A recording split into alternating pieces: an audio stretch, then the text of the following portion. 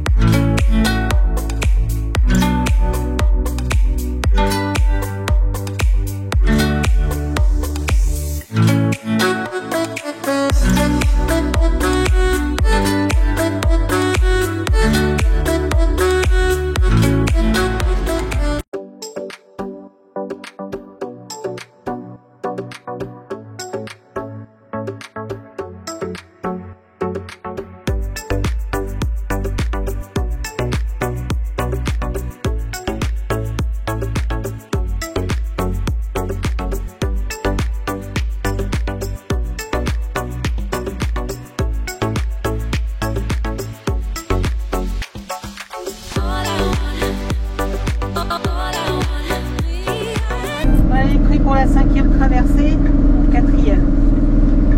Prêt pour la 4e traversée. À force, on sait plus. Joli celui-là, quoi. Ah ouais. Donc cette fois, c'est direction Grèce. On va être un gros moment pour arriver à lire. Ah ouais, là, ça va être complètement...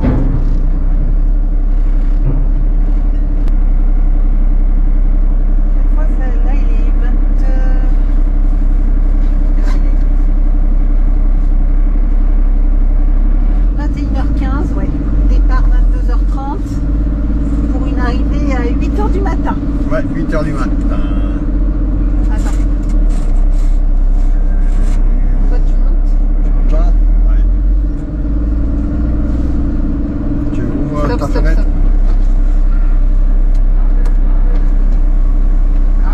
Papa, ouais, oui.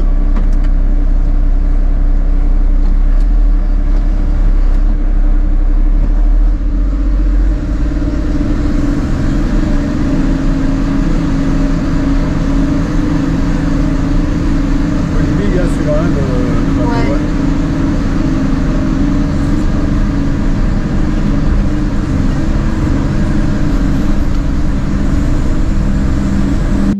Donc du coup, on a passé la nuit dans le camion.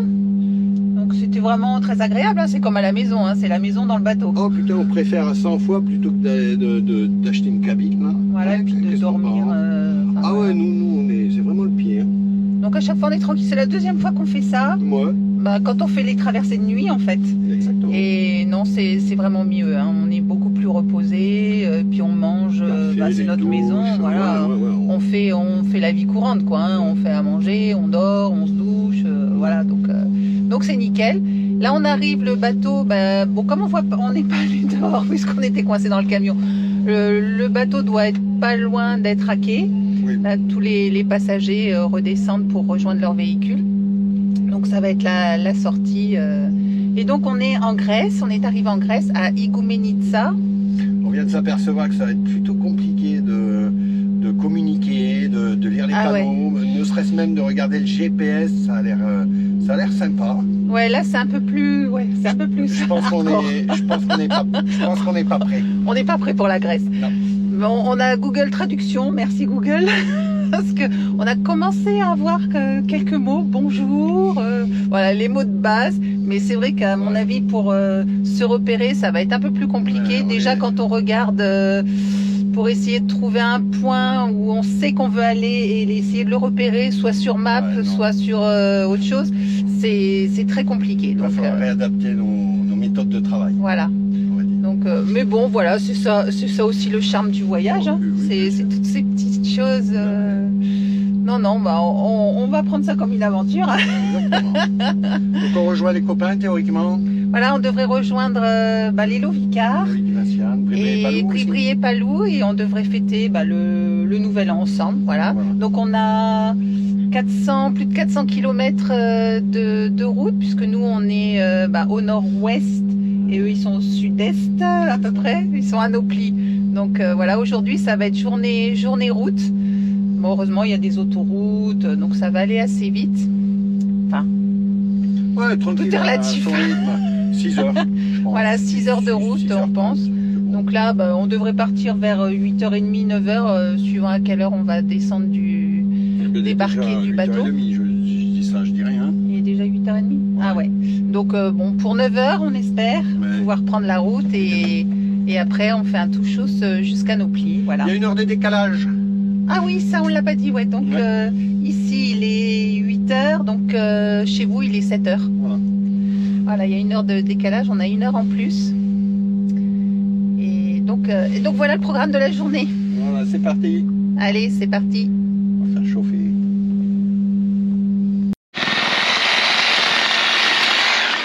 Et si ça, c'est pas un travail d'équipe, hein?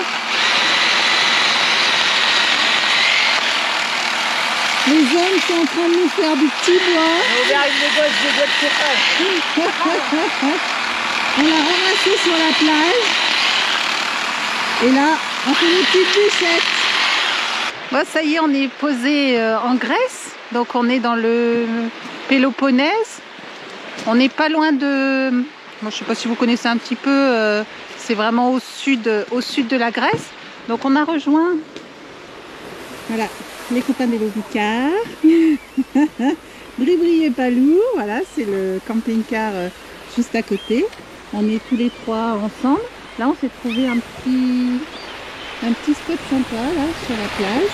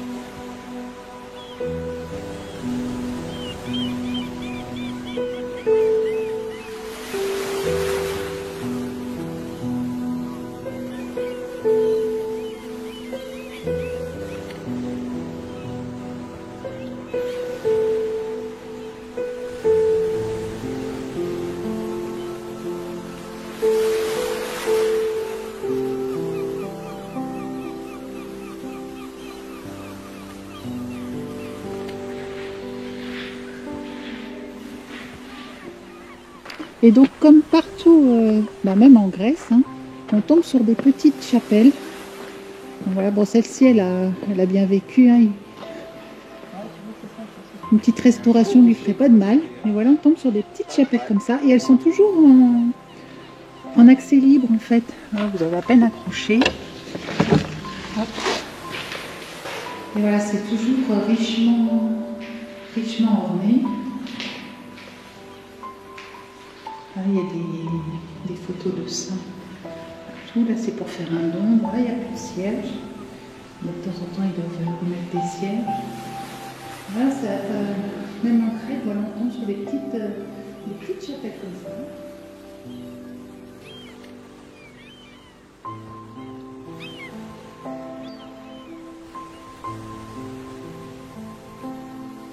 Et en Grèce, c'est vraiment ce qui est impressionnant, c'est qu'il y a énormément de chapelles. Et en Crète, notamment, elles sont aussi dans les grottes.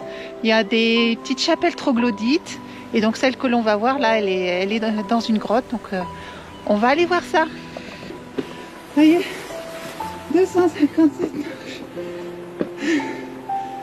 Voilà, on les a fait. Waouh. Ah ouais, c'est...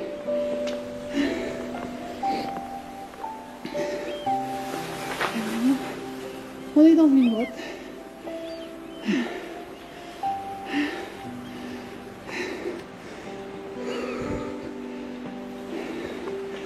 Et puis là, il y a là. Oh, c'est magnifique. Et là, on a la petite chapelle. Oh, c'est vraiment magnifique. Bon, elle est un petit peu sombre. Il n'y aura pas grand chose. On va mettre un peu de lumière. Voilà. Oui, c'est splendide. Ça doit être l'espèce de confessionnal. Ah non, je sais pas comment ça s'appelle chez les orthodoxes. Mais vraiment, c'est très très joli. On a un petit hôtel.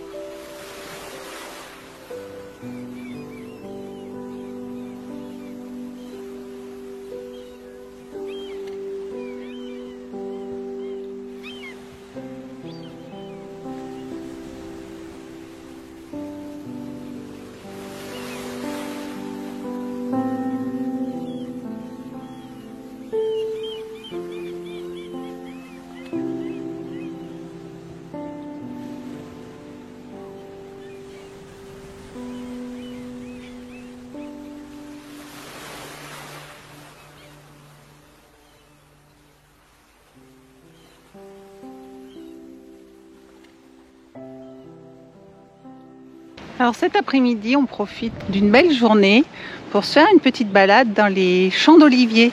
Et c'est vraiment ce qui est impressionnant ici en Grèce, c'est le nombre d'oliviers. Mais alors, il y en a des milliers et des champs énormes. J'en ai jamais vu autant, mais vraiment, c'est... Et il y en a de tous âges, en fait. Là, on a des troncs... Encore ceux-là, ils sont pas trop gros, mais voilà. On a des troncs comme ça. Il y a des plus jeunes, enfin voilà, mais il y en a des hectares et des hectares. C'est vraiment impressionnant. Même en Espagne ou au Maroc, on n'en a jamais vu autant.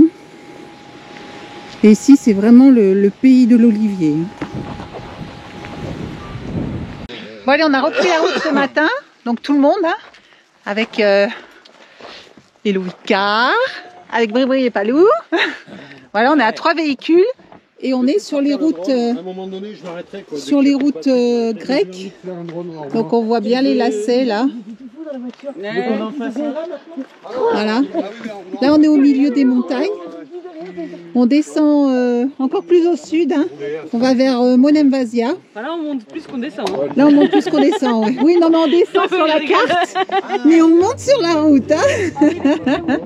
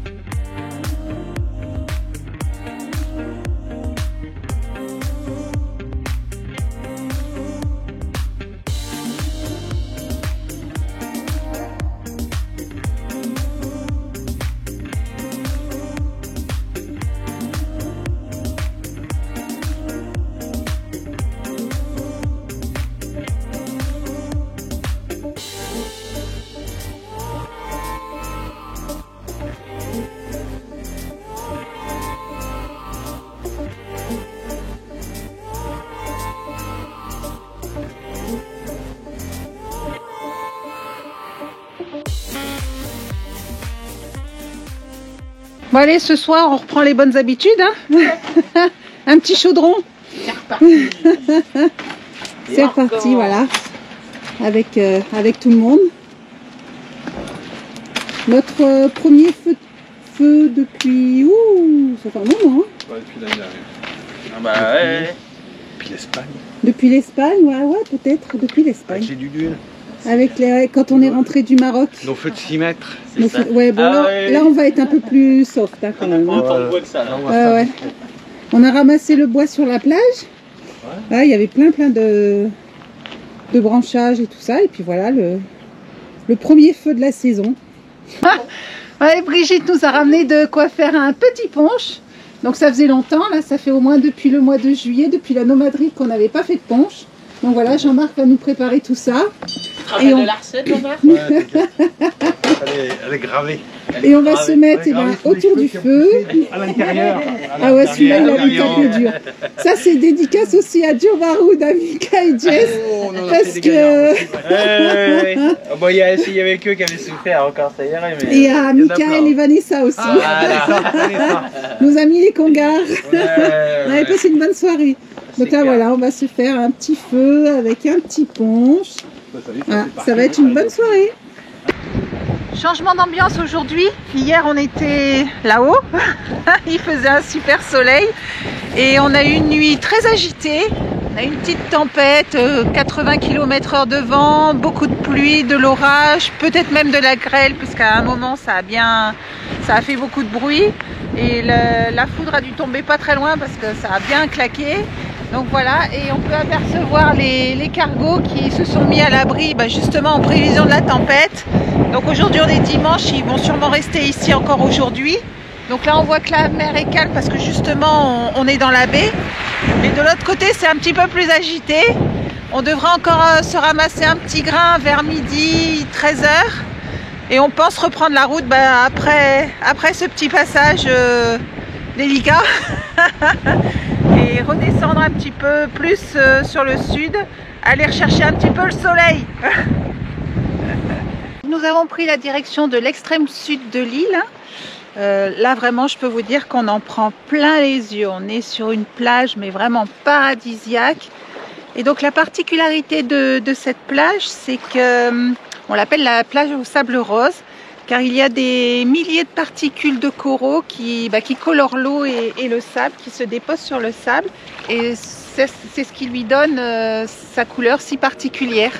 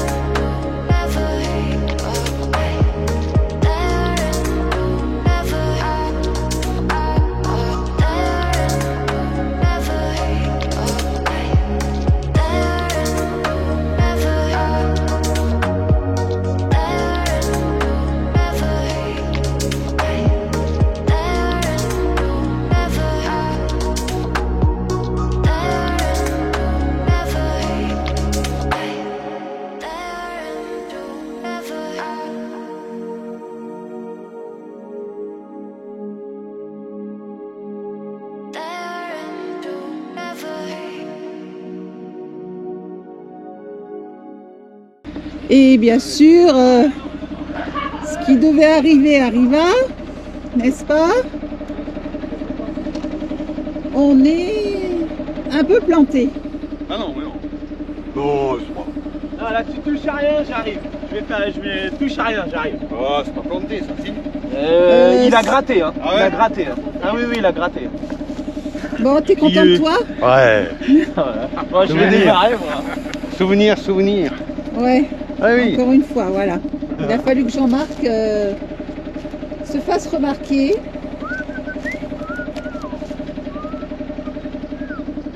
Voilà, donc on vient de faire le plein d'eau. Et voilà, et une fois encore, on est en sable. Donc, Loïc est parti chercher GG. Loïc est parti chercher GG pour tirer Hector. Donc on a le câble tendu, enfin, le câble posé. Donc là on est en train de, enfin ils sont en train de mettre des sangles l'une derrière l'autre pour arriver jusqu'à GG.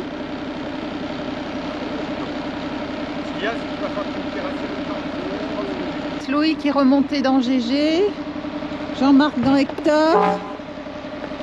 Allez, on va voir ce que ça donne.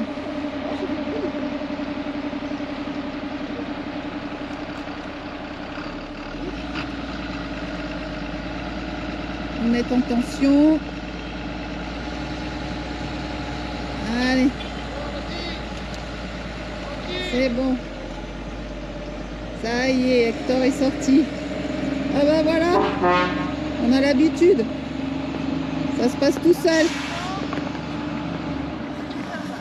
On l'a refait. Non, On l'a refait. non, non, non, non, non. Hein, on l'a refait. On s'arrête là, on s'arrête là. Bon, on l'a refait, on l'a refait. Non, non, non. Mais je pense que là c'est un peu plus compliqué si tu montes dans les dunes. Là. Tu pourras sortir le marqueur maintenant. Le Le marqueur, on a. Ah oui. Allez, le crochet marocain validé. Non, par contre, je suis emmerdé. Hein. Je vais être obligé de racheter une sangle. Pourquoi Il n'y aura jamais assez de place pour la signer encore. Hein. Pour la Je vais aller signer. chercher le marqueur d'ailleurs. Ouais, on va chercher le marqueur. Faire encore une dédicace. Hein? Faut faire racheter une sangle. On n'aura jamais assez de place. Ah ouais, attends. On est déjà là. Ah ouais, ouais. En fait, c'est parti déjà. Recto, verso. Ah non, ouais. c'est pas nous. Ah non, 2020, c'est pas moi. Hein. C'est pas nous. Tiens. Bah voilà. 2020, j'avais pas le permis encore. Non mais là, GG. Il n'y a que du Hector presque. ouais, bah je crois qu'il y en a que 2 qui sont pas à vous. Il y en a 3, ça sera le troisième. Je le sens, non? Troisième Mais Hector. bon, pour la nouvelle, pour ce début d'année, c'est bien. Hein. Bien. Alors déjà qu'il avait mis le nom Viret d'Hector partout sur les cailloux. Il a l'habitude là. Ouais, ouais. Et du coup, il a signé les cailloux. Les cailloux, c'est la pas souche, la sangle. Le bateau. Le Le bateau. bateau. Le bateau, il y a un placard comme ça. Oh là là là là. On est combien? Ils ont signé. On est le 11. Par contre, ouais, la date elle est même pas bonne, vous avez signé au premier. Ouais, mais ça, c'est manière. Attirer la virée d'Hector. Grèce. On est le combien alors du coup? 11 01 2024. 2024. Et voilà.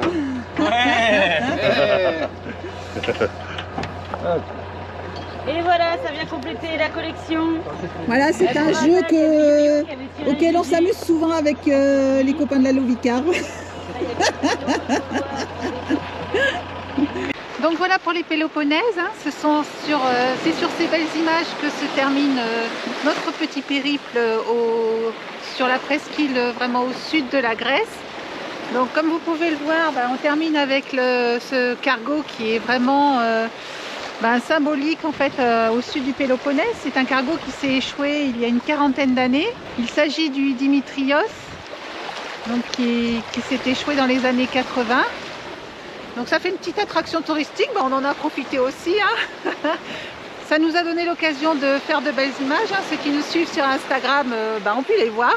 Donc on profite de cette magnifique journée pour faire un petit peu de logistique. Ce matin j'ai fait la machine à laver, là j'en profite qu'il y a un petit peu de vent et du soleil, ça va vite sécher.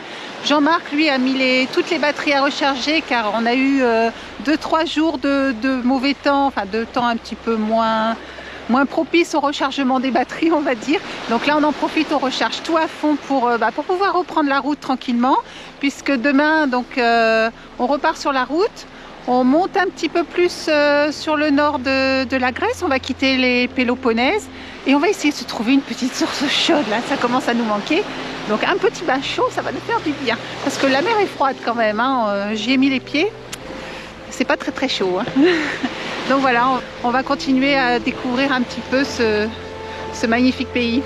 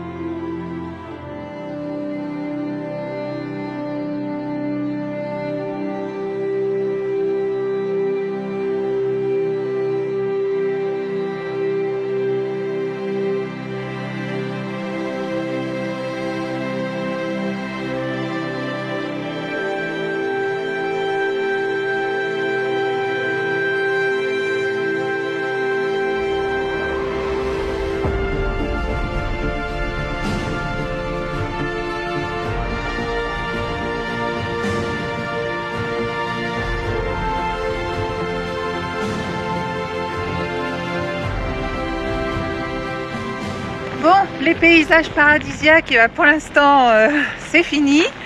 Nous nous trouvons dans la baie d'Athènes, à peu près à une dizaine de kilomètres de la capitale, et donc nous découvrons un véritable cimetière de bateaux. Donc ce sont beaucoup de cargos, de bateaux de croisière qui ont été abandonnés ici.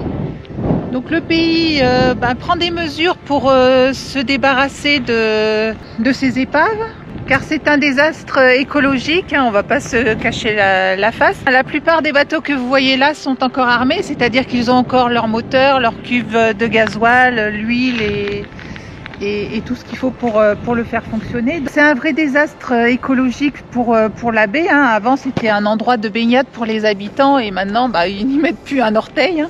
Donc l'Europe participe financièrement au désarmement de ces navires, mais c'est compliqué car il n'y a pas beaucoup d'entreprises de démantèlement.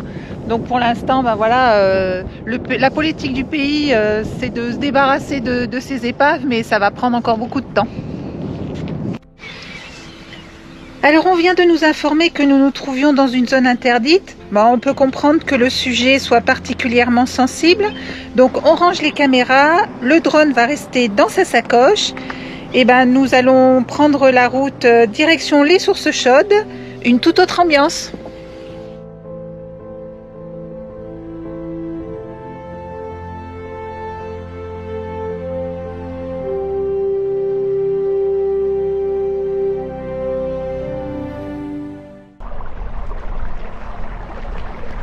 Donc on a changé d'endroit, on s'est avancé à peu près d'une centaine de mètres.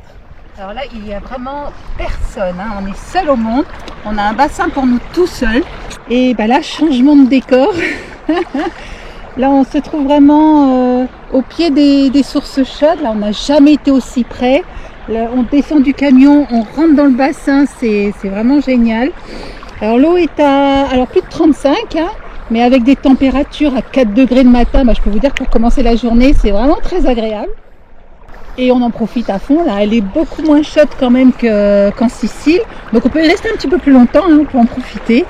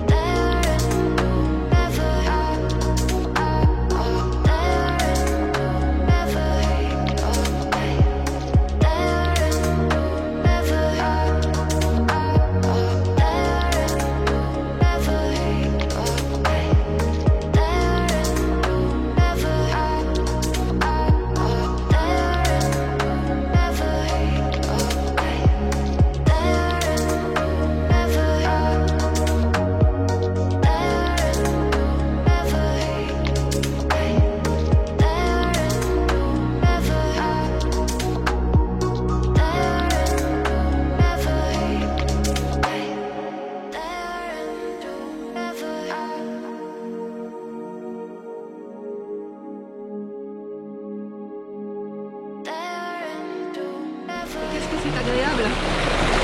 Une petite thalasso gratuite et bien chaude. Ah ouais, non, c'est sûr qu'elles sont fantastiques.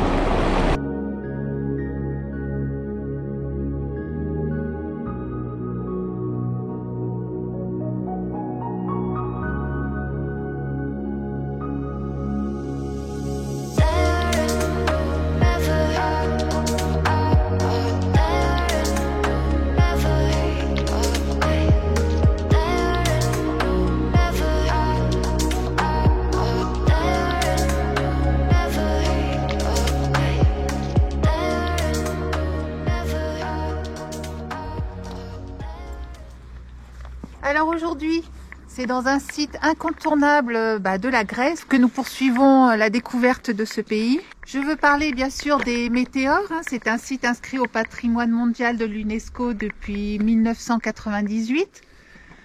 Alors il faut savoir qu'il y a plusieurs millions d'années ici, il faut s'imaginer qu'il y avait la mer qui recouvrait tout.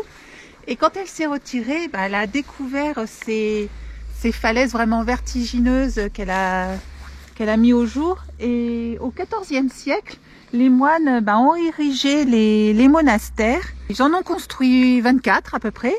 Et actuellement, il n'y en a plus que 6 en activité. Alors leur construction reste assez mystérieuse puisque bien sûr à l'époque il n'y avait ni route ni escalier pour monter tous ces matériaux. Et donc étaient utilisés des systèmes de tyroliennes et de monte-charge qui sont encore actuellement utilisés pour approvisionner les monastères. Et ce site est vraiment splendide, quoi. Ça vaut le détour.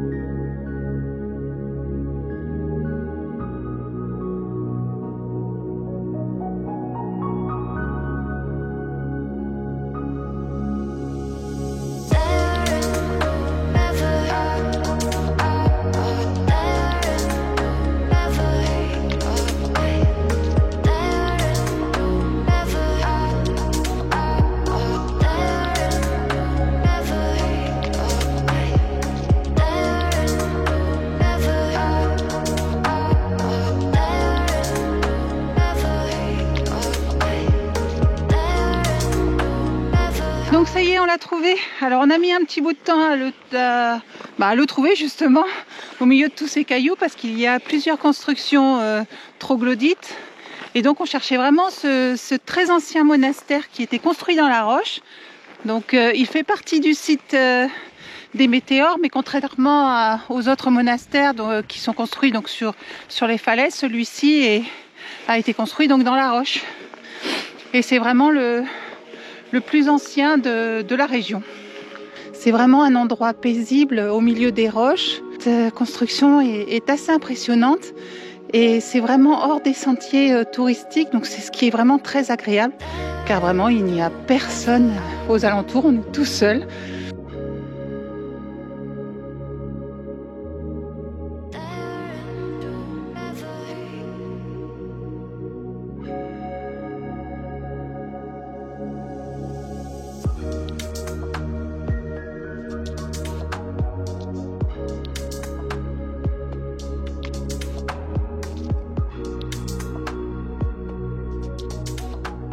Voilà pour cette vidéo. Alors, nous espérons qu'elle vous a plu, hein, bien évidemment.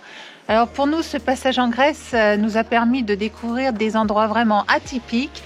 Donc en ce qui nous concerne, la Grèce a été une très belle découverte. On en a pris plein les yeux. Donc là, c'est fini, hein, ça fait un peu plus d'un mois qu'on y est. Donc on va prendre le chemin de l'Italie pour la suite de nos aventures. Donc nous vous souhaitons une bonne semaine et on vous dit à bientôt.